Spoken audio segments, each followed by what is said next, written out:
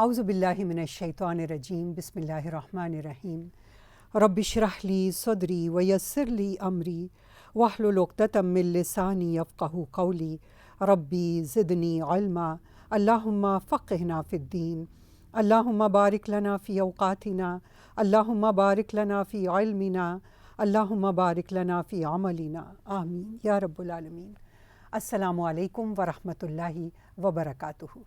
ناظرین، آج ہمارا جو موضوع ہے وہ ہے ادب۔ ہر قوم کا ایک ادب ہوتا ہے، ایک آداب ہوتے ہیں، ان کی اپنی ایک تہذیب ہوتی ہے، ان کا مخصوص کلچر ہوتا ہے جس کو وہ پسند کرتے ہیں۔ لیکن دین اسلام میں جو آداب ہمیں سکھائے گئے ہیں وہ وحی پر مبنی ہیں، یعنی اللہ سبحانہ و تعالیٰ نے قرآن پاک کے ذریعے اور رسول اللہ صلی اللہ علیہ وسلم کے طور طریقوں کے ذریعے ان کے عادات و اخلاق، ان کا کردار، اس کے ذریعے جو کچھ ہمیں سکھایا ہے وہی ہمارے دین اسلام کی شناخت ہے اور وہی ہمارے ادب آداب ہیں، دین اسلام کے ادب آداب ہیں۔ دین اسلام کے ادب آداب پر چلنے سے ہماری شخصیت میں نکھار آتا ہے۔ تو آئیے ہم یہ دیکھتے ہیں کہ ادب در حقیقت کس چیز کو کہتے ہیں اور اس کی اہمیت کیا ہے۔ ادب کا مطلب ہے کسی کا احترام کرنا، کسی کو عزت دینا، یہ کہلاتا ہے ادب کرنا۔ انسان اور حیوان میں فرق کہاں ہوتا ہے؟ کھانا ہم بھی کھاتے ہیں اور حیوان بھی کھانا کھاتے ہیں، لیکن کیا کوئی فرق ہے حیوان کے کھانا کھانے میں اور انسان کے کھانا کھانے میں؟ جی ہاں، بہت بڑا فرق نمایاں ہے۔ ہم بیٹھ کے کھاتے ہیں، سیدھے ہاتھ سے کھاتے ہیں، بسم اللہ پڑھ کے کھاتے ہیں، پانی پیتے ہیں تو 3 سانسوں میں پیتے ہیں۔ تو یہ سارے طور طریقے جو ہیں یہی کہلاتے ہیں اسلامی ادب و آداب۔ اور ہم یہ دیکھتے ہیں کہ اسلام نے ہمیں صرف عبادات کے طریقے نہیں بتائے، بلکہ یہ ایک مکمل ضابطۂ حیات ہے۔ یہ ہمیں بتاتا ہے ہم سوئیں کس طرح، جاگیں کس طرح، کھائیں کس طرح، پئیں کس طرح۔ اسلام ایک مکمل ضابطۂ حیات ہے۔ یعنی اس کا کیا مطلب ہے کہ اسلام ہمیں زندگی گزارنے کا مکمل طریقہ، مکمل خاکہ پیش کرتا ہے۔ سونے جاگنے کے طریقے، اٹھنے بیٹھنے کے طریقے، کھانے پینے کے طریقے۔ غرض اسلام نے ہمیں کوئی چیز ایسی نہیں ہے کہ جس میں ہماری ہدایت اور رہنمائی نہ کی گئی ہو۔ کون سا طریقہ بہترین ہے جو کہ رب کی رضا کا طریقہ ہے، جو جنت میں لے جانے والے طریقوں میں سے ہے۔ تو آئیے دیکھتے ہیں کہ اسلام ہمیں کن آداب کے بارے میں ہدایت دیتا ہے اور ہمیں کیا آداب سکھاتا ہے۔ اللہ سبحانہ و تعالیٰ فرماتے ہیں قرآن پاک میں، سورہ البقرہ آیت نمبر 151، وَمَا أَرْسَلْنَا فِيكُمْ رَسُولًا مِّنْكُمْ يَتْلُو عَلَيْكُمْ آيَاتِنَا وَيُزَكِّيكُمْ وَيُعَلِّمُكُمُ الْكِتَابَ وَالْحِكْمَةَ وَيُعَلِّمُكُمْ مَا لَمْ تَكُونُوا تَعْلَمُونَ۔ ہم نے تم میں ایک رسول بھیجا تم ہی میں کا، جو کہ تم پر ہماری آیات پڑھ کے سناتا ہے اور تمہارا تزکیہ کرتا ہے اور تمہیں کتاب سکھاتا ہے اور حکمت سکھاتا ہے اور تمہیں وہ چیز سکھاتا ہے جو تم نہیں جانتے تھے۔ سورۃ البقرہ آیت نمبر 151۔ ہمیں اس سے کیا پتہ چلتا ہے کہ رسول اللہ صلی اللہ علیہ وسلم نے ہمیں صرف عبادات کے طریقے نہیں سکھائے بلکہ تزکیہ بھی کیا۔ تزکیہ کا کیا مطلب ہے؟ خوبصورت اخلاق، خوبصورت طور طریقے، خوبصورت انسانی رویے، یہ سب کی تعلیم ہمیں رسول اللہ صلی اللہ علیہ وسلم نے دی ہے۔ قال اللہ تعالی یا ایہا الذین آمنوا لا تقدموا بین یدی اللہ ورسولہ واتقوا اللہ ان اللہ سمیع علیم۔ سورہ الحجرات آیت نمبر 1۔ اللہ تعالیٰ کا ارشاد ہے، اے ایمان والو، اللہ اور اس کے رسول سے آگے نہ بڑھو اور اللہ سے ڈرتے رہا کرو، یقیناً اللہ سننے والا اور جاننے والا ہے۔ یعنی اللہ سبحانہ و تعالیٰ کے احکامات اور رسول اللہ صلی اللہ علیہ وسلم کے احکامات سے ہم آگے نہیں بڑھ سکتے۔ اللہ نے ایک حد بنا دی ہے، ہمیں راستہ دکھا دیا ہے کہ بہترین راستہ اور واحد راستہ جو جنت پہ لے جانے والا ہے وہ کون سا راستہ ہے، وہ کون سے طور طریقے ہیں جو ہمیں جنت میں لے جائیں، جو ہمارے رب کو راضی کر دیں۔ اس سے ہمیں تجاوز کرنے کا حکم نہیں ہے۔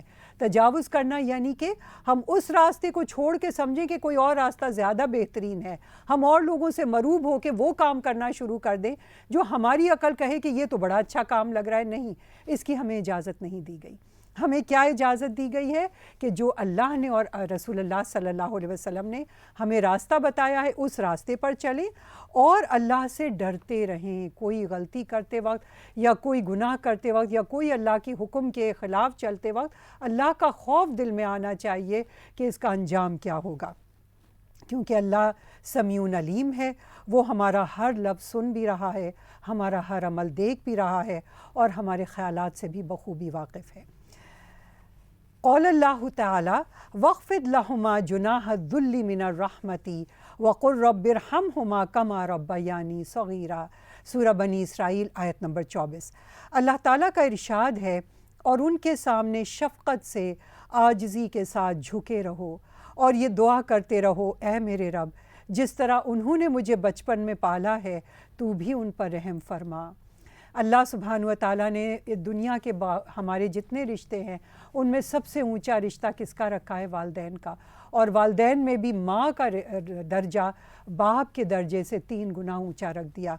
اللہ سبحانہ و تعالیٰ فرماتے ہیں وَاخْفِضْ لَهُمَا جُنَاحَ الذُّلِّ مِنَ الرَّحْمَةِ، اور ان کے سامنے شفقت سے عاجزی کے ساتھ جھکے رہو، یعنی ان کا خیال کرو اور عاجزی اختیار کرو، ان کے آگے بڑھ بڑھ کر نہ بولو، ان کے آگے اپنے آپ کو بہت پڑھا لکھا، بہت عقل مند اور بہت درست ظاہر کرنے کی کوشش مت کرو، ان کو اہمیت دو، ان کی بات کو اہمیت دو، وہ جو کہہ رہے ہیں اس کو دھیان سے سنو، ان کی تجویز کو بھی سنو، وہ جو مشورہ دے رہے ہیں اس پر بھی غور کرو۔ اور اللہ تعالیٰ کیا فرما رہے ہیں؟ وَقُلْ رَبِّ ارْحَمْهُمَا كَمَا رَبَّيَانِي صَغِيرًا، اور ان کے لیے دعا بھی کرتے رہو کہ اے میرے رب جس طرح انہوں نے بچپن میں مجھے پالا، میری پرورش کی، آج تو ان پر بھی ویسا ہی رحم فرما، یعنی ان سے ہم نے پورا فائدہ اٹھا لیا جب کہ ہم بچے تھے اور وہ ہماری نگہداشت، ہماری دیکھ بھال کر رہے تھے، اپنے آپ کو قربان کر کے اپنی خواہشات کو قربان کر کے ماں باپ نے اپنی اولاد کو پالا پوسا۔ اب جب کہ وہ بوڑھے ہو گئے ہیں، جب کہ ان کی عقل نے ان کا ساتھ چھوڑ دیا، ان کے جسم نے ان کا ساتھ چھوڑ دیا، اب اولاد جوان ہے، تو کیا اولاد کو یہ زیب دیتا ہے کہ اب وہ ان کو نظر انداز کرے، ان کا مذاق اڑائے، ان کی بات کو اہمیت نہ دے، اب ان کو کوئی عزت نہ دے، سمجھے کہ اب تو ان کو کچھ پتہ ہی نہیں ہے؟ تو اللہ سبحانہ و تعالیٰ کا کیا ارشاد ہے کہ ان کے لیے دعا کرتے رہو۔ عن ابی موسیٰ الاشعری رضی اللہ عنہ قال قال رسول اللہ صلی اللہ علیہ وسلم ان من اجلال اللہ اکرام ذی الشیبۃ المسلم وحامل القرآن غیر الغالی فیہ والجافی عنہ واکرام ذی السلطان المقسط، رواہ ابو داؤد۔ سیدنا ابو موسیٰ الاشعری رضی اللہ عنہ سے روایت ہے کہ رسول اللہ صلی اللہ علیہ وسلم نے فرمایا، بے شک بزرگ مسلمان کی، حامل قرآن کی، جو قرآن کے بارے میں حد سے تجاوز نہ کرنے والا ہو اور نہ اسے اعراض و بے وفائی کرنے والا ہو، اور منصف بادشاہ کی عزت کرنا اللہ کی عزت کرنے کے ہم معنی ہے۔ والدین کے بعد اللہ سبحانہ و تعالیٰ نے ہمیں کس کی عزت کرنے، کس کا ادب کرنے کا حکم دیا ہے؟ بوڑھے لوگوں کا۔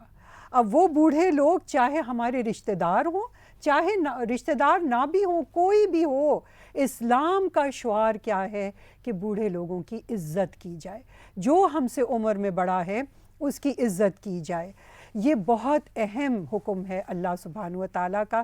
اور یہ ہم سے بڑا کون ہوتا ہے؟ یا تو ہم سے عمر میں بڑا ہے، ظاہر ہے اس کی ہمیں عزت کرنی ہے، اور جو ہم سے رتبے میں بڑا ہے یا علم میں بڑا ہے، جو بھی ہم سے سینئر ہے، ہم سے بڑا ہے، اس کی عزت کرنا ایک مسلمان پہ فرض کے درجے میں ہے۔ اکرام کا مطلب ہے کہ محبت کے ساتھ دوسرے کی عزت کی جائے۔ ایسا کیوں کیا جائے؟ ایسا اس لیے کیا جائے کہ جو شخص ہم سے عمر میں بڑا ہے اس کا تجربہ ہم سے زیادہ ہے، اس کا تجربہ ہم سے زیادہ ہے، اس نے زندگی ہم سے زیادہ دیکھی ہے۔ مثال کے طور پہ کوئی نوجوان بچیاں ہیں جن کے بچے ہوتے ہیں، ان کی والدین، ان کی دادیاں، ان کی نانیاں ان کو جو بھی مشورہ دیتی ہیں کہ ننھے بچے کو اس طرح پالنا چاہیے، اس طرح نہلانا، اس طرح کھلا، جو کچھ بھی ان کو بتاتی ہیں اس کو دھیان سے سنیں۔ کتابوں سے زیادہ بڑا یہ علم ہے، یہ تجربہ کتابوں پہ بھاری ہوتا ہے۔ اسی طریقے سے جب ہمارے بڑے ہمیں اپنے بارے میں بتاتے ہیں کہ ہمارے بزرگ کون تھے، ہم کس علاقے سے آئے ہیں، اس سے ہمیں اپنی شناخت کا پتہ چلتا ہے۔ اسی طریقے سے بزرگ کی جو دعائیں ہوتی ہیں وہ ہمارے کام آتی ہیں، کیونکہ ان کی دعائیں بے لوث ہوتی ہیں، انہیں کوئی غرض نہیں، ہر حال میں وہ دعا کریں گے ہمارے لیے۔ ان کی دعاؤں کی اہمیت ہے۔ ہم پہ کرنا کیا فرض ہے کہ ہم پہلے ان کو سلام کریں، اس کا انتظار نہ کریں کہ وہ ہماری طرف دیکھیں مسکرائیں، پہل کریں ہم ان کو سلام کرنے میں، کھانا کھانے میں ان کو پہلے پیش کریں، اسی طرح بیٹھتے وقت ان کو پہلے بیٹھنے دیا جائے، ان سے ہم ہر چیز میں مشورہ لیں، ان کی بتائے ہوئے بات کو دھیان سے سنیں، یہ نہ کہیں کہ یہ تو اب سب کچھ بھول چکی ہیں، ان کو اب کچھ آتا نہیں اور ہم بہت عالم فاضل اب ہو چکے ہیں۔ ان کو اگر ہماری ضرورت ہے کسی بھی چیز کی تو ان کی ضروریات کا خیال کریں، لیکن اس طرح کہ ان کی انا کو ٹھیس نہ پہنچے، ان کو یہ پتہ نہ چلے کہ اب کوئی اور اب وہ اس قابل نہیں رہے کہ وہ اپنا خیال کر سکتے ہیں، لہٰذا اب اولاد ان کا یہ خیال کریے نہیں، ان کا خیال ضرور کریں لیکن ان کی انا کو ٹھیس پہنچائے بغیر۔ اسی طرح ان کے سامنے اپنی آواز کو پست کرنا ہم پہ لازم ہے، ہم چیخ پکار کر کے ان سے بات نہیں کر سکتے، اپنے حکم ان کے اوپر صادر نہیں کر سکتے۔ اگر وہ ہم سے بچپنے اس طرح بات کریں جیسے چھوٹا بچہ بات کرتا ہے تو ہمیں یہ زیب نہیں دیتا کہ ہم ہنسیں اور ان کا مذاق اڑائیں اور ان کی بے عزتی کریں۔ اگر وہ کوئی زیادتی بھی کر جاتے ہیں تو بھی اس کو خوشگواری سے برداشت کر لینا چاہیے، صبر کرنا چاہیے، کیونکہ وہ اب اللہ سبحانہ و تعالیٰ کی طرف سے یہ لائف سائیکل ہے کہ وہ پہلے جو کچھ تھے اب ان کی عقل بھی تھوڑی کم ہو گئی ہے، اب ان کی یادداشت کم ہو گئی ہے، اب ان کی جسمانی قوتیں کم ہو گئی ہیں، لہٰذا جو کچھ بھی وہ کریں ہم پہ فرض یہ عائد ہوتا ہے کہ ہم پھر بھی ان کی عزت کریں، ان کو اہمیت دیں، ہم ان کے ساتھ وقت گزاریں۔ بعض اوقات ہم اپنے کو اتنا مصروف کر لیتے ہیں زندگی میں کہ ہم بھول جاتے ہیں کہ ہمارے بوڑھے ماں باپ انتظار میں بیٹھے ہیں ہماری شکل دیکھنے کے۔ ہم ان کو یہ بتاتے جائیں کہ ہم کر کیا رہے ہیں، کیونکہ کبھی کبھی ان کو نہیں سمجھ میں آتا، انہیں بتائیں کہ میں بازار جا رہی ہوں، اب میں یہ فلانا کام کرنے جا رہی ہوں۔ جو لوگ اپنے والدین کی، اپنے دادا دادی، نانا نانی وغیرہ یا بزرگوں کی عزت نہیں کرتے تو کیا نتیجہ ہوتا ہے؟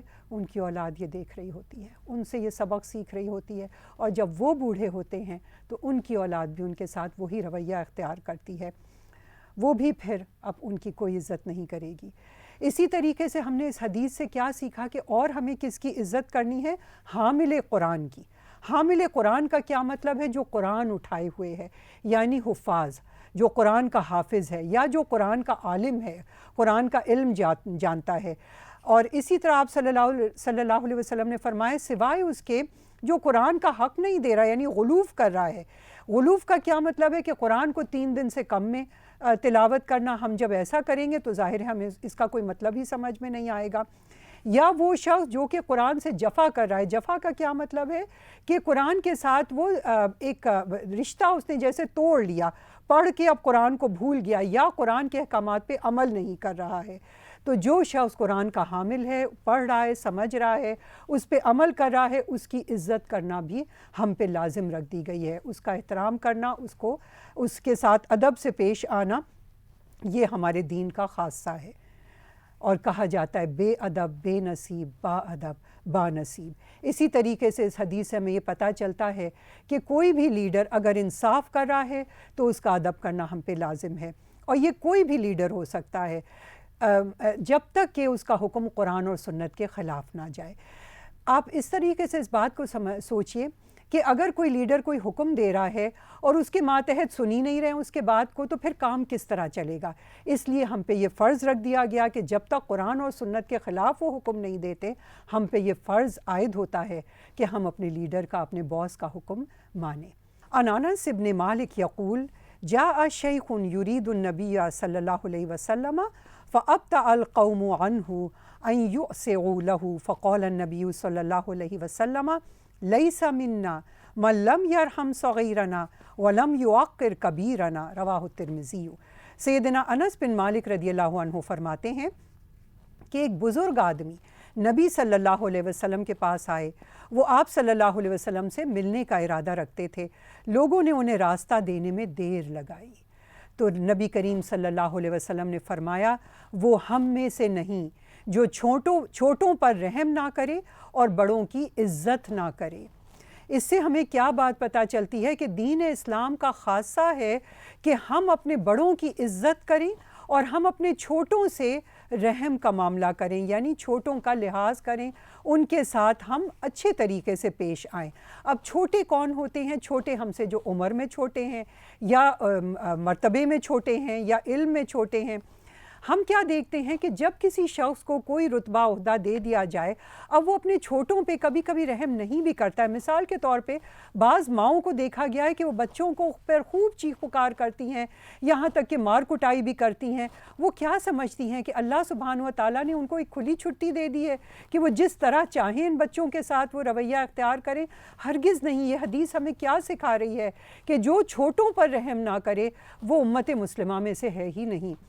اسی طریقے سے ہم دیکھتے ہیں کہ بعض استاد اپنے شاگردوں کے ساتھ یہی رویہ اختیار کرتے ہیں، ڈانٹ ڈپٹ کا رویہ، ان کو سزا دینے کا رویہ، یعنی ان پر رحم نہیں کرتے۔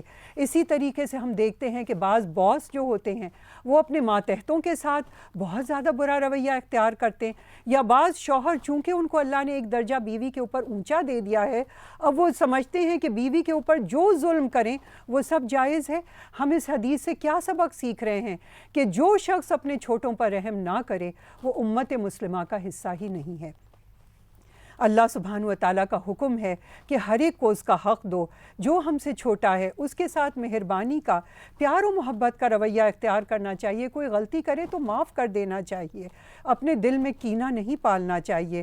کیونکہ اللہ سبحانہ و تعالیٰ ہم سب کو ایک امتحان سے گزار رہے ہیں اور دیکھنا چاہتے ہیں کہ ہم میں سے کون فٹ ہے جنت میں پہنچنے کے لیے۔ عن ابن عباس ان النبی صلی اللہ علیہ وسلم قال البرکۃ مع اکابرکم، رواہ ابن حبان۔ سیدنا ابن عباس رضی اللہ عنہ سے روایت ہے کہ نبی کریم صلی اللہ علیہ وسلم نے فرمایا برکت تمہارے بزرگوں کے ساتھ ہے، یعنی بزرگ جس گھر میں ہوں اس گھر میں برکت ہوتی ہے۔ ان کی باتوں سے وہ تہجد کے لیے اٹھتے ہیں، وہ صبح صبح جاگ جاتے ہیں، فجر کی نماز کے بعد قرآن پاک کی تلاوت کرتے ہیں، ان سب باتوں سے گھر میں برکت آتی ہے۔ وہ خاندان کو جوڑ کے رکھتے ہیں، بھائی بہن ملنے کے لیے ان سے آتے ہیں۔ اکثر یہ دیکھا گیا ہے کہ جب والدین کا انتقال ہو جاتا ہے پھر بھائی بہنوں میں ملاقاتیں ذرا کم ہو جاتی ہیں، تو یہ برکت کہ خاندان کو جوڑ کے رکھنا یہ بھی ان کے دم سے ہوتی ہے، اور اولاد دیکھ کے ان کو بہت سی چیزیں اچھی اچھی سیکھ رہی ہوتی ہے۔ یہ ساری برکتیں اور رونقیں کس کی وجہ سے ہوتی ہیں؟ ہمارے بڑوں کے ساتھ۔ اس لیے بڑوں کا خاص ادب کرنے کا ہمارا دین ہمیں حکم دیتا ہے۔ آج کے زمانے میں ہم کیا دیکھتے ہیں کہ لوگوں کے پاس وقت ہی نہیں ہے بزرگوں کے پاس بیٹھنے کا، ان کے ساتھ عزت کا برتاؤ کرنے کا، ان کو اہمیت دینے کا، اور اس کا نتیجہ کیا نکل رہا ہے کہ طلاق کی شرح بڑھتی جا رہی ہے، بچے ماں باپ کی عزت نہیں کر رہے ہیں، اور بزرگ اپنی عمر چھپانے کی کوشش کرتے ہیں۔ کیونکہ انہیں پتہ ہے کہ اگر عمر کا اظہار ہو گیا تو کوئی ان کی عزت ہی نہیں کرے گا، اور اس کی وجہ سے گھروں کی برکتیں ختم ہو چکی ہیں۔ عن النافع ان عبداللہ ابن عمر حدثہ ان رسول اللہ صلی اللہ علیہ وسلم قال ارانی فی المنام اتسوق بسواک فجذبنی رجلان احدہما اکبر من الآخر فناولت السواک الاصغر منہما فقیل لی کبر فدفعتہ الی الاکبر، رواہ مسلم۔ نافع سے روایت ہے کہ سیدنا عبداللہ ابن عمر رضی اللہ عنہما نے ان سے بیان کیا کہ رسول اللہ صلی اللہ علیہ وسلم نے فرمایا میں نے اپنے آپ کو خواب میں دیکھا کہ میں مسواک کر رہا ہوں، بس میرے پاس دو آدمی آئے، ان میں سے ایک دوسرے سے بڑا تھا، میں نے مسواک ان دونوں میں سے چھوٹے کو دے دی تو مجھے کہا گیا بڑے کو دیجیے، تو میں نے بڑے کو لوٹا دی۔ ہمیں سے کیا بات پتہ چل رہی ہے کہ ایک خواب کے ذریعے اللہ سبحانہ و تعالیٰ آپ صلی اللہ علیہ وسلم کو سکھا رہے ہیں، اور ان کے ذریعے ہم سب کو سکھا رہے ہیں کہ ہمیشہ پہل بڑے سے کرنا چاہیے۔ اور ہم یہ دیکھتے ہیں کہ رسول اللہ صلی اللہ علیہ وسلم جب بھی بیٹھا کرتے تھے اور بہت سے لوگ صحابہ کرام ان کے گرد بیٹھتے تھے، اور مثال کے طور پہ اگر کوئی پیالہ دودھ کا انہیں پیش کیا گیا وہ دوسروں کو پیش کرتے ہیں، ہمیشہ اول تو اپنے سیدھے ہاتھ پہ سے شروع کرتے تھے اور بڑے سے شروع کرتے تھے۔ لہٰذا بڑوں کو پریفرنس دینا، بڑوں کو اہمیت دینا، بڑوں کو ہر کام میں فوقیت دینا، یہ دین اسلام کا خاصہ ہے۔ رسول اللہ صلی اللہ علیہ وسلم نے جب شہدائے احد کو ایک ایک قبر میں کئی کئی لوگوں کو دفنایا تو کس بات کا دھیان رکھا کہ ان میں عمر میں کون سا زیادہ بڑا ہے، اس کو پہلے قبر میں اتارا۔ اور اسی طریقے سے اگر دو لوگ عمر میں برابر دکھتے تو پھر کس کو قرآن کا علم زیادہ تھا، اس کو قبر میں پہلے اتارا گیا۔ اسی طریقے سے امامت میں بھی کیا دیکھا جاتا ہے کہ کس شخص کا قرآن کا علم زیادہ ہے، اور اگر برابر ہے تو پھر کس شخص کا سنت کا حدیث کا علم زیادہ ہے۔ اس طریقے سے لوگوں کو امامت کا درجہ دیا جاتا ہے، اور یہ ماں باپ کی ذمہ داری ہے کہ وہ اپنی اولاد کو یہ سارے اسلامی شعائر سکھائیں اور ادب آداب سکھائیں۔ اور ہم یہ دیکھتے ہیں کہ والدین تو بچے بڑے بھی ہو جائیں پھر بھی ان کو ادب آداب سکھاتے ہی رہتے ہیں، یہی ہمارا اسلامی شعار ہے۔ عن ابن عمر قال قال رسول اللہ صلی اللہ علیہ وسلم اذا اتاکم کریم قوم فاکرموہ، رواہ ابن ماجہ۔ سیدنا ابن عمر رضی اللہ عنہ سے روایت ہے کہ رسول اللہ صلی اللہ علیہ وسلم نے فرمایا، جب تمہارے پاس کسی قوم کا عزت دار آدمی آئے تو اس کی عزت کرو۔ کیا مطلب ہے اس بات کا؟ کہ جیسے کسی فیملی کا کوئی بزرگ آئے، کسی اور خاندان کا ہی بے شک وہ ہو، ہمیں بھی اس کی عزت اسی طریقے سے کرنی ہوگی جس طرح اس کی فیملی اس کی عزت کرتی ہے۔ یا کسی بھی اور جگہ کسی آرگنائزیشن کا کوئی بڑا شخص اگر آ رہا ہے، اس کو وہی پروٹوکول دینی ہوگی۔ کسی اور حکومت کا کوئی فرد آ رہا ہے یا کسی ملک کا سربراہ آ رہا ہے، جو بھی آ رہا ہے، جو بھی اپنے لوگوں میں بہت باعزت درجہ رکھتا ہے، تو یہ ایک مسلمان پہ فرض عائد ہوتا ہے کہ وہ بھی اس کو عزت کا درجہ دے۔ اور ہم یہ دیکھتے ہیں کہ مثال کے طور پہ کوئی کانفرنس ہو رہی ہے یا کوئی شادی بیاہ کا وقت ہے، تو آگے کی سیٹس ہم کس کے لیے خالی رکھتے ہیں؟ ڈگنیٹریز کے لیے یا وی آئی پیز کے لیے۔ اور اس سے ہمیں کیا پتہ چلتا ہے کہ جو عزت دار شخص ہے اس کو عزت دینا ہمارے اوپر لازم ہے، ہمارے اوپر فرض ہے۔ موسیٰ علیہ السلام گو کہ اللہ کے پیغمبر تھے، لیکن جب وہ خضر علیہ السلام سے علم سیکھنے گئے، انہوں نے خضر علیہ السلام کی کتنی زیادہ عزت کی۔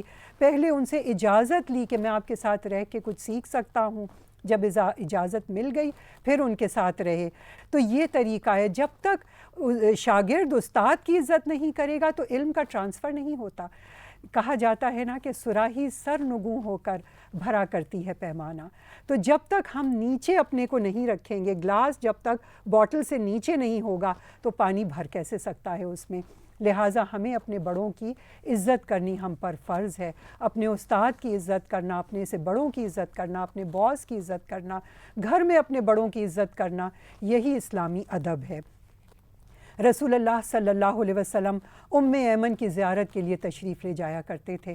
ام ایمن کون ہیں؟ ام ایمن وہ خاتون ہیں جنہوں نے آپ صلی اللہ علیہ وسلم کی والدہ کے انتقال کے بعد آپ صلی اللہ علیہ وسلم کی پرورش کی، ان کو پالا۔ تو وہ آپ صلی اللہ علیہ وسلم ان کو بے حد ادب سے ان کو دیکھا کرتے تھے اور بہت ان کی عزت کیا کرتے تھے۔ اسی طرح ہم نے دیکھا کہ عمر رضی اللہ عنہ ایک مرتبہ کہیں جا رہے تھے صحابہ کرام کے ساتھ، ایک بوڑھی خاتون آئیں کچھ کہنے، اور عمر رضی اللہ عنہ سر جھکا کر ان کی بات سنتے ہی چلے گئے۔ بہت وقت گزر گیا پھر بھی وہ ہلے نہیں۔ صحابہ کرام نے کہا بھی کہ یا امیر المومنین بہت سارے اہم کام آپ کا انتظار کریں۔ انہوں نے کہا نہیں، میں یہاں سے جا نہیں سکتا۔ وہ خاتون تھیں کون؟ خولہ رضی اللہ عنہ۔ اور عمر رضی اللہ عنہ نے فرمایا کہ جن خاتون کو اللہ نے اہمیت دی، عمر کیسے ان کو اہمیت نہ دے۔ اسی طرح جب ہم اپنے بڑوں کی عزت کرتے ہیں تو پھر ہمارے دل میں ان کے خلاف کوئی بے عزتی کا جذبہ نہیں، کوئی ہمارے دل میں نیگیٹیوٹی، کوئی منفی جذبہ نہیں آتا ہے۔ اور اگر ہم اپنے بڑوں کی عزت نہیں کریں گے، کسی کے بڑے کی عزت نہیں کریں گے، تو ہوگا کیا؟ لوگ ناراض ہو جائیں گے، اپنی بے عزتی فیل کریں گے، اور اس سے حالات خراب ہونا شروع ہو جاتے ہیں۔ سیدنا ابو ہریرہ رضی اللہ عنہ سے روایت ہے کہ رسول اللہ صلی اللہ علیہ وسلم چند آدمیوں کے پاس رکے جو بیٹھے ہوئے تھے، اور فرمایا کیا میں تم کو تمہارے اچھوں اور بروں کی خبر نہ دوں؟ راوی کہتے ہیں کہ سب خاموش رہے۔ آپ صلی اللہ علیہ وسلم نے یہ بات 3 مرتبہ دہرائی۔ تب ایک شخص نے عرض کیا کیوں نہیں یا رسول اللہ صلی اللہ علیہ وسلم، ہمیں بتائیے کہ ہم میں کون نیک ہے اور کون بد۔ رسول اللہ صلی اللہ علیہ وسلم نے فرمایا تم میں نیک وہ ہے جس سے نیکی کی امید رکھی جائے اور اس کے شر سے بے خوف ہوا جائے، اور بد وہ ہے جس سے نیکی کی امید نہ رکھی جائے اور اس کے شر سے بے خوف نہ رہا جائے۔ کیا بات ہم نے سیکھی اس سے؟ کہ لوگ ہمارے بارے میں جو تاثر رکھتے ہیں وہ بہت اہم ہے، اور لوگوں کا تاثر ہمارے بارے میں کب قائم ہوتا ہے؟ جب وہ ہمیں ایک عرصے تک دیکھتے ہیں۔ تو اگر لوگوں کے ساتھ ہم اچھا برتاؤ ہمیشہ کریں گے اور ان کے ساتھ برا رویہ اختیار نہیں کریں گے تو لوگوں کا تاثر ہمارے بارے میں یہی ہوگا کہ ان سے ہم نیکی کی ہی توقع رکھ سکتے ہیں، برائی کی توقع یا شر کی توقع نہیں رکھ سکتے۔ ایسا ہی شخص بہترین شخص ہے۔ اور اگر کوئی شخص ایسا ہے کہ جس سے لوگ ڈرتے ہی رہیں کہ وہ ہمارے ساتھ کوئی برا نہ کرے، اس سے کسی قسم کی بھلائی کا ان کو گمان بھی نہ ہو، ہمیشہ اس سے خوفزدہ ہی رہیں، تو یہ شخص بد شخص ہے۔ تو ہمیں صرف اپنا مقام اللہ کی نظر میں بھی دیکھنا ہے، اور ساتھ ساتھ لوگوں کے ساتھ جو ہمارا رویہ ہے وہ بھی ہمیں درست رکھنا ہے، کیونکہ وہ مقام بھی بہت زیادہ اہمیت رکھتا ہے۔ اسی طرح انس قال لم یکن شخص احب الیہم من رسول اللہ صلی اللہ علیہ وسلم وکانوا اذا رأوہ لم یقوموا لما یعلمون من کراہیتہ لذلک، رواہ الترمذی۔ سیدنا انس رضی اللہ عنہ فرماتے ہیں کہ نبی کریم صلی اللہ علیہ وسلم سے زیادہ محبوب شخص صحابہ کے نزدیک کوئی نہ تھا، اور جب وہ آپ صلی اللہ علیہ وسلم کو دیکھتے تو کھڑے نہیں ہوتے تھے، اس لیے کہ وہ جانتے تھے کہ آپ صلی اللہ علیہ وسلم یہ ناپسند کرتے ہیں۔ یعنی رسول اللہ صلی اللہ علیہ وسلم کی یہ عاجزی تھی کہ وہ ناپسند کرتے تھے کہ ان کو کوئی خاص اہمیت والا درجہ دیا جائے کہ لوگ ان کے لیے کھڑے ہوں، لیکن آپ صلی اللہ علیہ وسلم اپنی بیٹی فاطمہ رضی اللہ عنہا کے لیے خود کھڑے ہو جایا کرتے تھے، اور ان کے ماتھے پہ پیار کرتے تھے، انہیں اپنی جگہ بٹھایا کرتے تھے، اور فاطمہ رضی اللہ عنہا بھی والد کو دیکھ کر یہی کیا کرتی تھیں۔ اسی طرح سعد بن معاذ رضی اللہ عنہ جو اوس کے لیڈر تھے، جب وہ زخمی ہوئے اور زخمی حالت میں چارپائی پہ لائے گئے تو آپ صلی اللہ علیہ وسلم نے حکم دیا قوموا لی سیدتی، یعنی اپنے لیڈر کے لیے کھڑے ہو جاؤ، اسے عزت دو۔ تو اس سے ہمیں کیا بات پتہ چلتی ہے کہ ہم خود اپنی اہمیت جتانے کی کوشش نہ کریں، لیکن اگر کوئی شخص ایسا ہے کہ جس کو سب لوگ عزت دے رہے ہیں، توقیر کر رہے ہیں، تو ہم بھی اگر اس کی عزت کریں تو یہی حکم ہمارا دین ہمیں دیتا ہے۔